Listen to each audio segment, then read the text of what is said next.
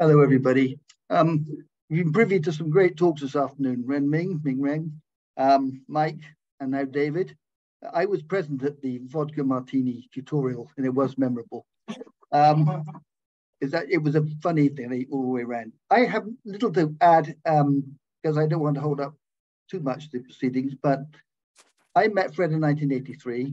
I came to this country on a fellowship from the UK, having done graduate work in London. I wanted to see America and I wanted to see China at some point. And when I got given a chance to come to America, the people who gave me the money from New York said, don't go to Yale, don't go to Columbia, don't go to the East Coast, go to San Francisco Art Institute, because that's a real painting school. And it's the nearest you're going to get to Asia while still being in America. Little did I realize when I decided to come, and I met Mike as the first person I spoke to, we became very good friends. We remain so today. And shortly after meeting Mike, I met Fred Martin. And when I met Mike Grady for the first time, we realized we were from different parts of the world, but met through art in a love for Turner, the great British painter, and many aspects of Chinese painting, which Mike knew a great deal more about than I did, but I was beginning to learn about. And he said, you need to meet Fred. And when I met Fred, and after meeting and talking with him, I realized why he'd suggested that. Fred, as has been pointed out, Ming's beautiful presentation, I think, has painted a very good painting. For those of you that don't know Fred, was a remarkable individual, and I think possibly a visionary in another life. His artwork to me was always a form of journaling. He was a diarist of his sort of inner world. He knew the world he lived in. The worlds he lived in were those with the eyes open and those with the eyes shut. Those were the two worlds he melded together in a unique way. His use of text, and as has been pointed out, his interest in paper and ink gave Chinese artists an access point, which I think has been pointed out was very, very important.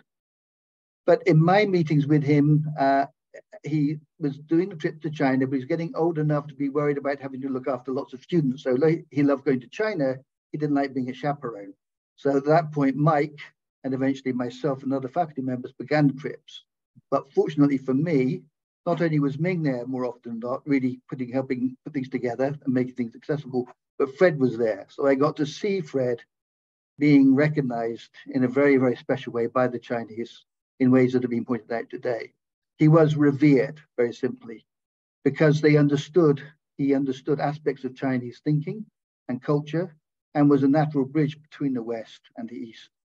I too had come to Chinese art through my father, who was a political geographer, lecturer in the UK, but his specialty was China, land use, and history of land use.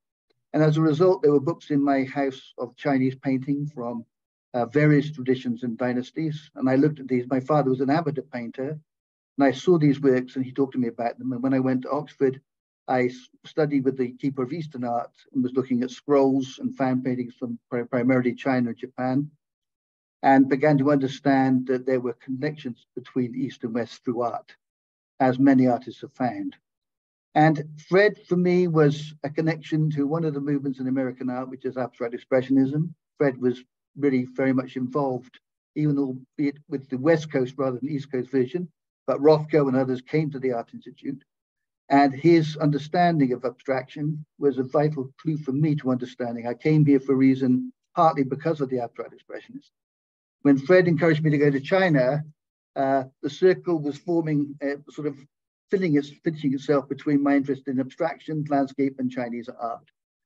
Fred was instrumental in my own career at the Art Institute. There were difficult times there politically, but he was a marvelous communicator. He was loyal to the school and to those he believed in, which included students, staff, and faculty. His friendships were, he was a complex man to know. I had a great fondness for him. He was quite enigmatic. We went out for a dinner one night, and we shared a lot of thoughts about art in general, which was to me very illuminating.